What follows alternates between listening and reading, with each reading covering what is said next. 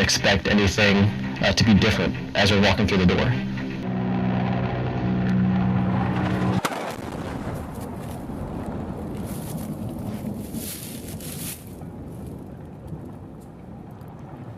رکات مو نو کړی چې ډزې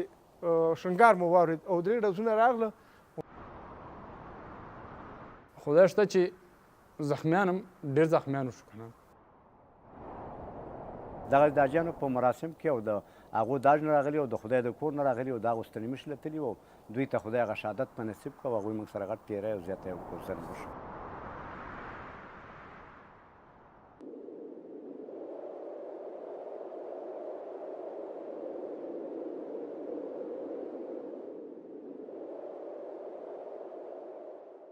د ننګرهار د شینوارو سیمې د کمال غمیزه د نیواګر دښمن لومړنی او وروستی اقدام نه و، بلکې د دغې سیمې هرې درې،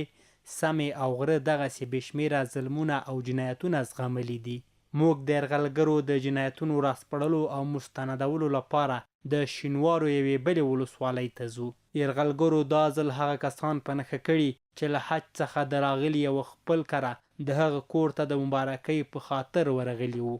پیښه په سپینغر ولسوالۍ کې رامنځته شوې.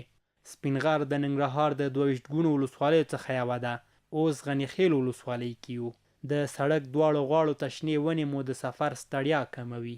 په سرلني باران او شنو منظرو دغه سیمه په زړه راښکونکي طبیعت بدله کړې ده. 20 کلن نیواک افغانان له دې ټولو ښکلاو بې برخې کړي وو. اوس چې په هېواد کې د ازادۍ لمر راختلی، د دې ځای اوسیدونکو یې هم په وړانګو خپل ژوند رنګین کړی. سپینغر ولسوالۍ ته د رسېدو لپاره باید 15 کیلومتره نور مزل هم وکړو. د سپینغر او اچین ولسوالیو ګډ بازار. د دې دواړو ولسوالیو مرکزونه یو ځای، خو کلي او بانډونه یې سره لرې او واټن لري. موږ خپلې موخې ته ورسېدو. د سپینغر ولسوالۍ په شړل بازار کې د امریکا یو بل جنایت. د برید موخه د قومي مشر حاجي رئیس کور. امریکایي بې پیلوټه الوتکې د شپې 3 بجې برید کوي. له امله یې 15 کسان شهیدانېږي، 15 نور ټپیانېږي. په شهیدانو او ټپیانو کې کوچني ماشومان، قومي مشران او د ښوونځیو ښوونکي هم شامل دي. حاجي رئیس له دغه برید څخه روغ وتلی، خو د هغې شپې د سترګو لیدلې صحنې ترې سکون اخیستی. ساه یې لنډه لنډه کېږي، اوښکې سترګو ته راځي او په غریو نیولي غږ سره د هغه جنایت په تړاو غږیږي چې د کورنۍ غړي او نور خپلوان یې پکې شهیدان شوي. موږ حج ته تللي وو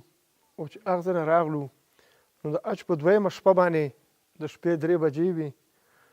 او څه مېلمانه د دې بالا نه راغلي وو چې زموږ وطن کې دا رواج دی چې ونډیوال دوست چا راشي نو پسه ورولي او بس هغوی بیا سره شپه کاڼي او ډېر په خوشحالۍ سره ناست دي. بس هغوی راغلي وو. دې ځای کې موږ پراته وو، شپې 3 بجې وې، پسه ملال کړی وو. ما دلته اودس وکړ، زه په دې دیره کې ویده وم. دې ځای کې ما په 3 بجې اودس وکړ نو ما ویله چې بیدار شه چې تهجد لمونځ نه قضا شي او سبید وخت او تیاره وه. خو چې زه څنګه په مانځه ودرېدم بس رکات مو نو کړی چې ډزې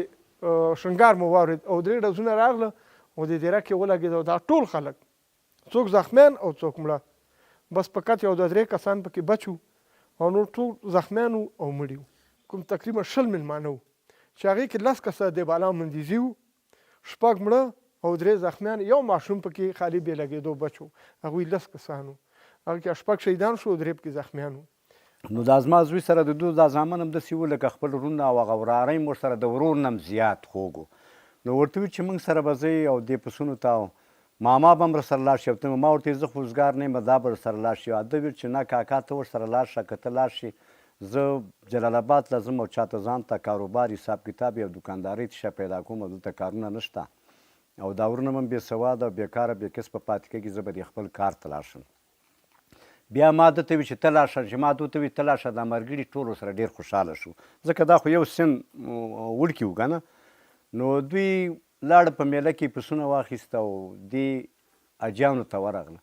چې اجیانو له ورغله او ستړي مشي به یې ورسره کړي، یو اجي سره یې غرمه کړې وه، دې بل سره ستړي مشي کړي. نو ما ورته وویل چې شپه مه کړئ او بېرته خپل کور ته بیا رایشه. دا د اجیانو ستړي مشي چې وشو نو د وطن حالات داسې ګډ وډ دی معلومه نه دی شپې ته خپل کور ته راشه ده ما ته ویل چې شپې ته زه کور ته نه راځم جلال آباد له ځم ترکه را شپه کړم د ماښام اذان په دې ټیم کې شروع دی چې ده ما ته موبایل را وکړه که نه بې اجازې شپه هم نه کړه هغه بیا ما ورته وویل چې زه د وطن وضع حساب کتاب څنګه دی وطن ویل دغسې لکه څنګه زموږ د بالا کې کور او وضع حساب کتاب دی دغسې حالات یې څه مشکل نشته کاکا نو څنګه چل وکړم ما ورته چې اوس خو ماښام دی زه چې مشکل نه خیر دی بیا شپه وکړه اندې ځای کې ګر چاپېره پراته وو یو خپلوان هم د کنډرو هغه پکې شهید شو یو پکې د کوشتالو هغه شهید شو دې ځای کې احمد شاه نومېده هغه پکې شهید شو یو 15 زموږ خپل تر زامن پکې شهیدان شو یو زما خپل زوی پکې د لیسې مدیر و هغه پکې شهید شو زه خپله پکې زخمي شوم خو چې زه کله راووتم نو په دې ټولو کمبلو باندې اور لګېدلی و داسې یخ موسم و بس باندې خلکو کمبل یې اغوستې په ټولو کمبلو اور لګېدلی او بس ما دا کمبل یې وغورځولې او بس بیا نو بېهوشه شوم بس نو بیا نور خلک ولس هغه راورسېده او دوی په ګاډو کې زخمیان یې ګاډو کې بار کړي زه خپله منې ولسوالۍ پورې دې اسپتاله پورې ویوړم خو بس ما بیا توشي شو بس راغلم بېرته کور ته ما ویلې چې خود به درمن کېږي چې یو ځای ته وګورې او یو ملګري او بچیان او څوک پکې لګېدلي او زخمیان شوي ولا چې ډېره خواري مو ورباندې وکړه چې دا دغه یې بدل شي دا جز یې بدل شي چې هغه څومره جز مو لا بدل کړی دی خالي دغه یو دیوال پاتې دی دا او چې نور ما ټول شکل لاړولی دی په دې خاطر باندې چې دا جز یې بدل شي اختر په ورځ باندې چې څومره درد د هغوی ته رسېدلی مونږ د هغوی درد زموږ درد دی د هغوی درد نه دی کنې زما خپله منیم کې بچیان شهیدان شوي خو د هغوی درد زیات دی که چې هغه بېدیاني دي که نه مېلمانه وو امریکا چې 1000 کاله دلته تېر کړه موږ له به د بوسو بوساړې جوړوي او موږ له به 2 متره روغ ځای جوړ نه کړو 1000 کاله چې امریکا دلته تېر کړه موږ له به دومره ځای جوړ نه کړه چې موږ پکې یوه شپه وکړو زاهد الله د حاجي رئیس زوی دی هغه له میلمنو سره حجره کې و چې دغه برید ټپي کړ او بدن یې لا هم د دغه برید چارې لیږدوي حاجي صاحب زموږ پلار او دا حج له تله و د حج نه چې راغی د حج 2مه ورځ وه چې دلته بس انډیوالان راغلي د حاجي صاحب انډیوالانو د دې بالا نه زموږ د دې ولسونو کې تګ راتګ شته دی سره یو ځای بل ځای نه پسونه داسې یو دغه سره کړو رواج هم دی سره د حج 2مه ورځ وه بس انډیوالان راغلي وو 6 کسان خواران کې شهیدان شو یو 3 پورې زخمیان کې وشو او موږ خپله باندې 15 کسه شهیدان وو او نور هم دا خپلوان هم شهیدان وو 14 تنه شهیدان وو او زخمیان هم ډېر زخمیان وو پکې 3 بجې وې چې جاز راغی و بمبار شروع نو خدای شته چې زخمیان هم ډېر زخمیان وشو که نه او مړي وشو ډېر 50 ورځې ما په هسپتال کې تېرې کړې بیا راښه شوم او بس کور ته رالم زما خو ده چې دا ملا لګېدلې وه دا لاسونه مې لګېدلي وو دا پښې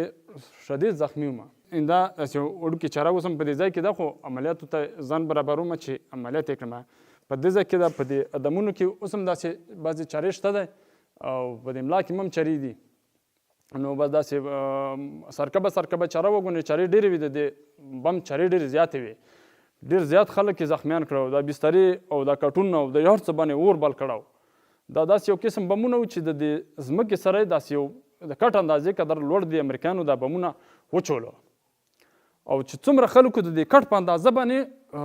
ټول خلک ډېر زیات شدید مړي وو ډېر زیات ژوبل شوي وو چې کله زه دیرې ته وځم اول خو په دیره کې چې زه هغه دردناکه شپه نشم اګړی بیا چې وکړم هغه سره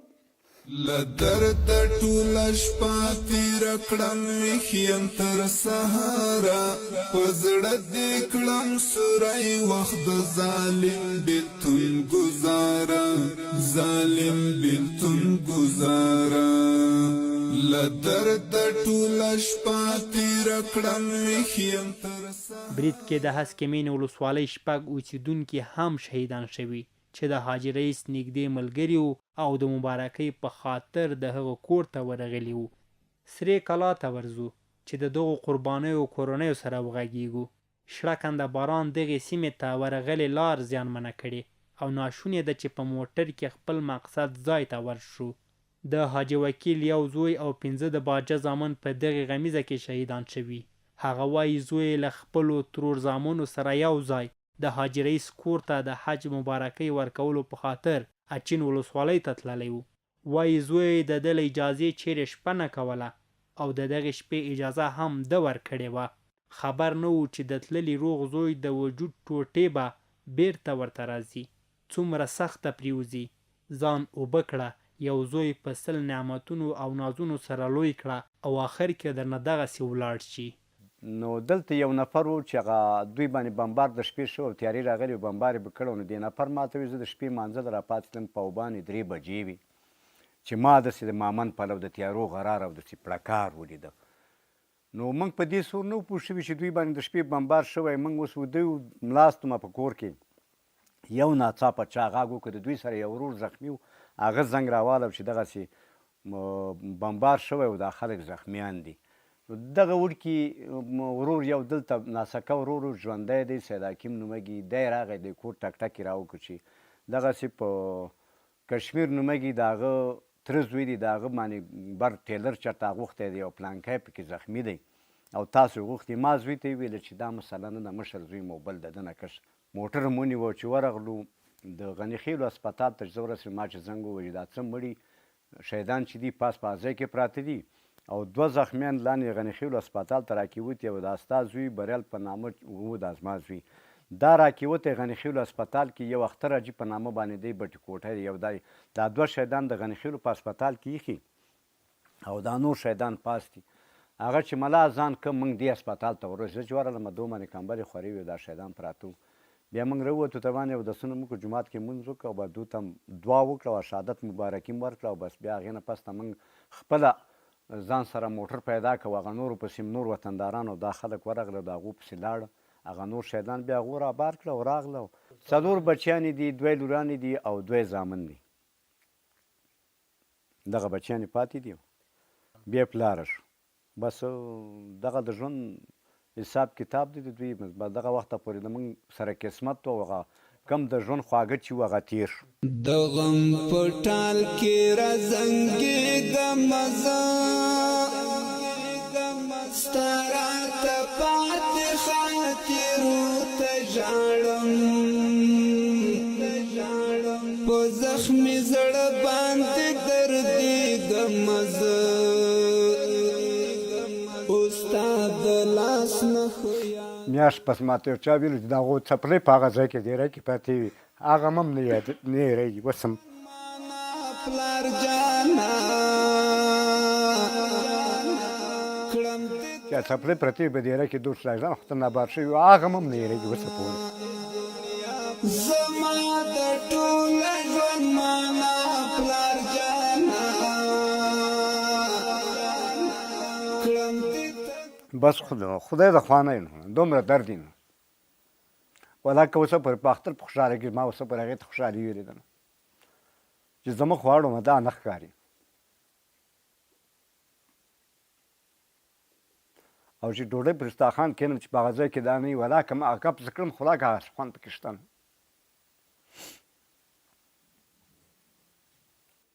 که د خدای نه شکردار یم ډېر زامن مې نور هم څه مشکل نشته خو هغه خوند نشته په دې دنیا کې او نه هغه سکون شته چې ستا زړه ته میلاو شي. تر اوسه پورې زه دا ګولۍ د شپې نه چې دا زه ونه خورم د شپې خوب نشم کولی کې دا 2-3 قسمه ګولۍ نور هم دي ما له خوب بس هم نه راځي. موږ د هغې ثانیې شهیدانو چې حاجي رئیس تاج نه راغله خپلوان سپینګیري ملکان دا خلک ټول راغونډ هېڅ کمې ډلې کم وسلوال کسان هېڅ شتون نه لرل او د شپې به جازونه راغله او بمبار یې وکړه او 14 کسه شهیدان کړه او 32 کسه زخمیان کړه او هغه شهیدان چې په هر لحاظ خو بس شهیدان وو ویې وړه هر سړي خپلو ساحو ته ورسولو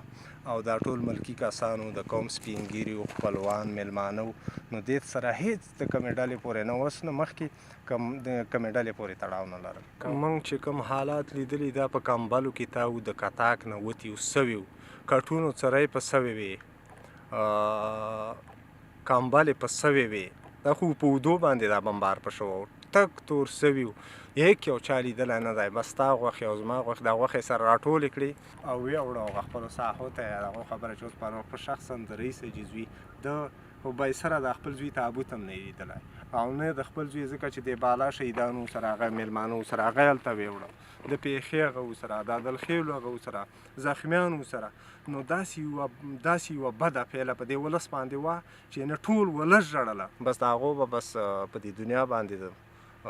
رزق پاتې و او نور بس هغه شهیدان د الله وبخښي او الله د مغفرت نصیب کړه زه د دې پیښې شاهد یم په دنیا او په آخرت باندې چې دغه پیښه شوې او ډېره یوه دردناکه پیښه وه د دې غونډ د شینواري د قوم دپاره یوه دردناکه پیښه وه ده ځان له د حاجي رئیس نه وه ځان له د بالا نه وه یعنې زموږ د غونډ شینواري یوه غټه او درنه پیښه وه چې موږ سره دغه ظلم دغه امریکایانو وکړ نیواګر دښمن دا ماشومان د تل لپاره بې سرپرسته کړل د دوی پلرونه یې په بمونو ټوټه ټوټه کړل او تل یې ترې د پلار مهربانه او خوږه غېږه واخیسته ملګرو ملتونو دغه جنایت تایید کړی او منل یې ده چې پکې په نښه شوي کسان ټول ملکیان دي خو بیا یې هم جګړه ییز غرامت نه دی ورکړل شوی د بېګناه ملکي وګړو په نښه کولو او شهیدانولو دغه پیښه نه لومړی او نه هم وروستی ده 20 کلن بدمرغه اشغال کې ډېرې داسې زړه بوږنوونکې پیښې شوي چې هر ویښ ضمیر او وجدان ته د ژوند تر پایه درد رسولی شي له کاري ډلې سره د سپینغر ولسوالۍ خاص سچین کلي ته روان یو دلته هم دنګ زلمي کروندګرو کې د بې پیلوټ الوتکو ښکار شوي زرغون شاه نومیږي څېره کې د غم نښانې له ورایه ښکاري د 3 وروڼو د شهادت پیښه یې پر ده او کورنۍ ډېره سخته تېره شوې او آفرین دې پر ده او د هغه د کورنۍ پر غړو وي چې دومره صبر یې کړی چې تیږه هم وي دغسې یو حالت سره د مخ کېدو په صورت کې پرچې پرچې کېږي د زرغون شاه 3 وروڼه په ډېرې بېرحمۍ سره شهیدان شوي مونږ تقریبا 30 کسانو ترونه د اتر زامن مو مونږ په دغه شپه باندې د اوبو وارم د اوبو وارم اوبه م لرلې مونږ دغه یو تر زوی دا د مکتب معلم و سرمعلم و د دغو مکتبونو دلته چې دغه سرمعلم و که نه نو دا مونږ یې څه ونیوو دا څه ترونه او تر زامن یې زمونږ ونیوه او هغې نه وروسته دا چاپا چې مونږ شروع مونږ باندې بمبار شروع که خارجیانو 3 کسان چې یو 2 ترونه ما یو تره او یو تر زوی ما په دغه ځای کې په دغه پټي کې وو په دې باندې مونږ اوبه ایښې وې په دغه پټي باندې او دا نور مونږ داسې وتښتېدو د لاندې خوړ غار ته خو چې مونږ یې ونیوو دغه ځای کې او ویې وړو دغه بر ځای کې یوه دیره په دې کې وچولو وچولو لاسونه یې مراله تړلي سترګې یې مراله پلستر کړی وې مطلب بس فرض باندې سنبال کړي وو که نه چې مونږ راغلو د 2 سرونه نه وو په لا اله محمد رسول الله چې سرونه یې نه وو چې دا غوښې مونږ په بوجو کې راټولې کړي دي د دې کور نه لاندې په دغه ځای کې یو دې ځای کې راله اوس او شهید یې کړه هغه ما ځای نه مې مطلب داسې کپونه راوه 2 ترونه زما ونیوه ویې وړه پورته بس یا 10 ورځې او یا 16 سره بندیانو په دې ځای کې زما غټ خاندان کورېږي دغلته زما ولس زما شهیدان دي دا ټول ولس که نه د ښځو سرې زما وړي دي د ښځو نه سره زما وړي دي په صندوقو کې زما 10 لکه روپۍ وې په لا اله محمد رسول الله چې رانه وړي دي یعنې ګوره بسترې زما سزلي کټونه زما په ډېرک 10 کټونه پراته وو دا ټول ولس په شاید لرم دی ما نه وسازلم دی زما نه وسازله یوه چاپۍ نه رامانې والي ما باندې 15 چاپې والي زما په خونه کې په لا اله محمد رسول الله چې دومره شانه پرې دا اوس هم زه نسمن یم او زه دې اړې کړم که نه دا زه د 2 لاس ده خو دغه 3 کسان زمونږ ورکو دلته دغه پورې ولس هغه منډې راوالې دا ولس هغه را روان وو که نه بمبار ډېر زیات و چې راغله ویې چې راشي بې پټو کې خلک پراته دي خو چې راغلو د سرونه یې نه وو او تنې یې وې نو پېژان کېده نه دا چې دی دا ماشوم زما وراره دا اوس د کور سرپرست دی یعنې د 10 کسو په عامل دا اوس سرپرست پاتې دی یو بل تره زوی را سره و احمد شاه په نامه باندې و نو ما هغه هلته لاندې وو بمبار شروع د بیباومن او دغه هم وې د وړې تورې هلیکاپټر هم وې نو بس نارنجه کې او د بیباون بمبار و خو د شپې د 1 بجې نه بمبار رامنې شروع شو تر سهار 6:30 بجو پورې دا بمبار و بس موږ نه وو پوهېدلي چې څوک شهیدان شو څه دغه خو د خپل درد باندې پوه شو ته زخمیانو مړو چې وروسته معلومات وکړو نو ځانونه هم سره وشمارله 3 کسه زموږ نه وو هغه د ولس هغو راټول کړي وو او راوړه دیرې له کټو کې هغه غوښې سره واچولې او بس بیا د راپور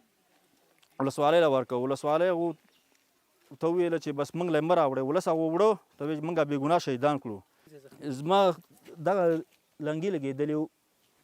دغه ځای نه دی دا نارنجک